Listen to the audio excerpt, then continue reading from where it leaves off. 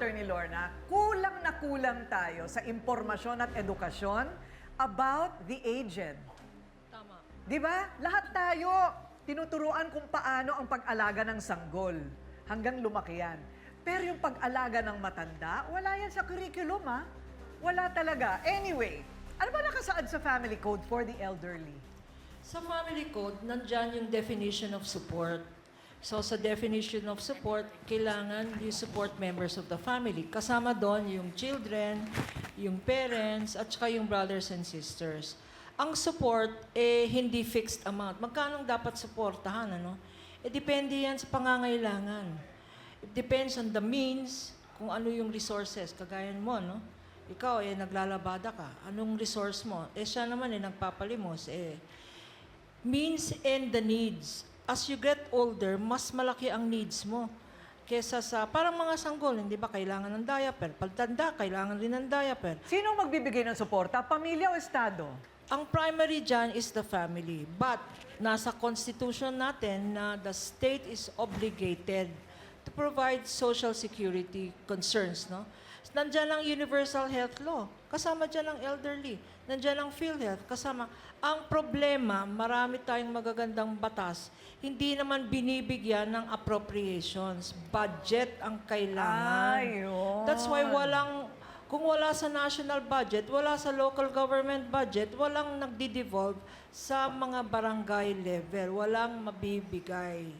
Kailangan Kasi sa iba nila ginagastos. kinukurakot nila . Kasi ang problema gobyerno ngayon hanap buhay na. Hindi na social service ang tinitingnan natin. Correct. Hindi Puro kickback sa infrastructure. Correct. Construction. Diyan na pupunta ang pera. Malalim na problema to. Kailangan. Kanya nagiging cycle of poverty yan. Correct. Dr. Lava, nung nakasaad sa Biblia about, di ba merong honor thy father and thy mother? It's the fourth commandment, pang-apat na utos ng Diyos, Ate Kuring. Igalang mo ang iyong mga magulang, ang ama at ina. At kasamang paggalang doon, yung pag-aalaga, pag-aaruga sa kanila. Kay tata, anong sinasabi ng asawa mo? Kasal ka ba doon sa asawa mo?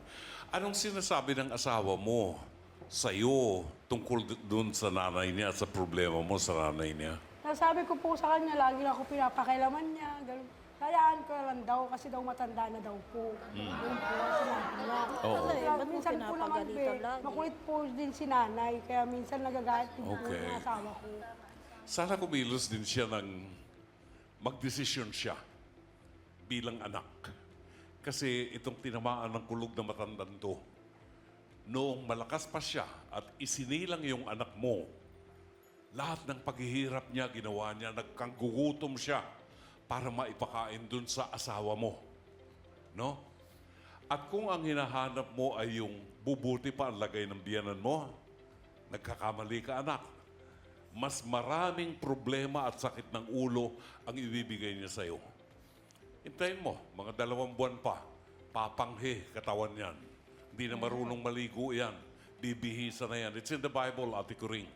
Na tayo, pag tumanda, dadalhin tayo ng mga anak natin doon sa mga lugar na hindi natin gustong puntahan. Isusuot sa atin ang mga damit na hindi natin gustong isuot. Pauupuin ka sa isang lugar na hindi mo gustong maupo. Kontrolado ka na ng mga bata. Isa lang iiwanan ko sa iyo. Sinabi ito ng nanay ko sa akin noon. At ito'y pinaniniwalaan ko. Kung ano ang ginawa mo sa magulang mo, gagawin sa iyo ng mga anak mo. Ito, hindi mo naman magulang yan. Biyanan mo lang yan. Pero ang totoo, nanay siya ng asawa mo. Yung pinapakita mong ugali ng pakikitungo sa kanya, nakikita ng mga anak mo yan.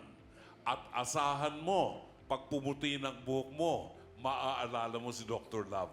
Lahat ng kawalanghiyaan mo sa kanya, gagawin sa iyo ng anak mo. Pwede ka pang magbago. Naku, kahit maputi na ang buhok ko. Doc Camille, isang sample nga dyan, no? Hindi, loko lang. Birthday ba ni Doc Camille? Naka-red po siya eh. Naka-red kasi. Okay. So, Doc Camille, yung nakikita ng mga anak nila tata, yung sigawan, awayan, kasama yun, mamamana sa ugali ng mga anak nila yan?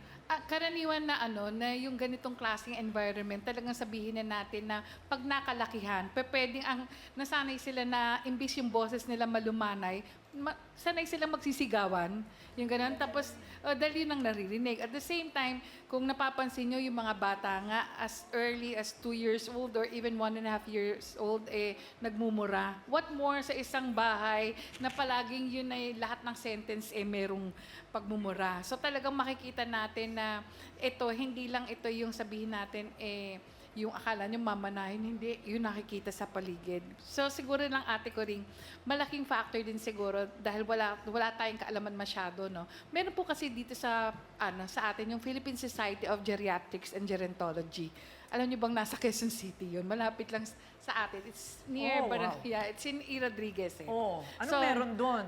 Makakatulong po sila na para sa ganun, kung halimbawa may mga ganyan, kung saan pong centers, pwede sila na, like kagaya niyan sa mga neurologists, pwedeng yung yung pwedeng mga activities na pwedeng maibigay sa mga katulad nila. At the same time, nagbibigay po sila ng awareness kung paano matutulungan ng ating mga seniors. Kasi nga, tumataas po yung talagang, sabihin na natin, yung mga seniors na medyo nagiging hopeless. Parang parami yata ng parami ang nakatatanda. Tumataas na yung populasyon ng mga katandaan sa atin, pero konti ng konti yung programa tungkol sa kanila. Para sa Tsaka kanila. benefits, At saka sa bawat 1,000 nakatatanda, mga 16 magkakaroon ng demensya. Yes. Yun ang porsyento.